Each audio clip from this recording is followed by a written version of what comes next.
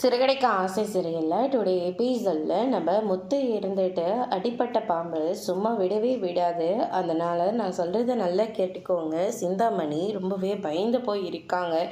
எங்கடா மீனாவுக்கு எல்லாரும் ஓட் போட்டுருவாங்களோ அப்படின்னு சொல்லிட்டு, அதனால் அந்த சிந்தாமணி கிட்ட நம்ம எல்லாரும் கொஞ்சம் உஷாராக தான் இருக்கணும் அப்படின்னு சொல்லிட்டு நம்ம முத்து எல்லாருக்கிட்டையும் சொல்லிக்கிட்டு இருக்காங்க. ரேகா ஒரு பக்கம் மீனாவுக்கு மட்டும் ஏதாவது ஒன்று ஆச்சுன்னா கண்டிப்பாக சத்யா நீ ஏற்றுக்கவே மாட்டார். அது இல்லாமல் இவங்க தான் என்னுடைய அம்மானு தெரிஞ்சால் கண்டிப்பாக இவங்களாம் என்னை ஏற்றுக்கிறது ரொம்ப கஷ்டம்தான். ஆனால் இருந்தாலையும் பரவாயில்ல, என் மேலே வச்சுருக்கிற லவ்வில் சத்யா கண்டிப்பாக என்னை ஏற்றுப்பார். என் அம்மாவை பிடிக்காதுன்னு அவருக்கு நல்லாவே தெரியும்.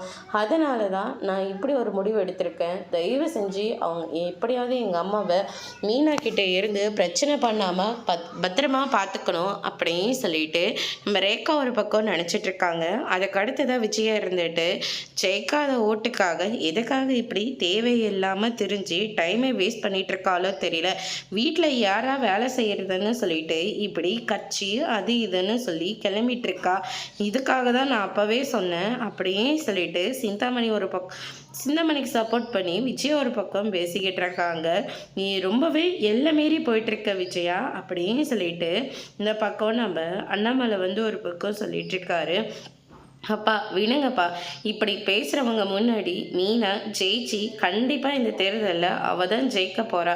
வேணா பாருங்க, மீனா தாண்டா ஜெயிக்கணும். அவள் தான் எல்லாருக்குமே நல்லது செய்வா. இந்த சிந்தாமணி மாதிரி ஆட்கள் இந்த எலெக்ஷன் பக்கமே வரவே கூடாது அப்படின்ற மாதிரி சொல்கிறாங்க. அதோட பிரம முடிச்சிருக்காங்க.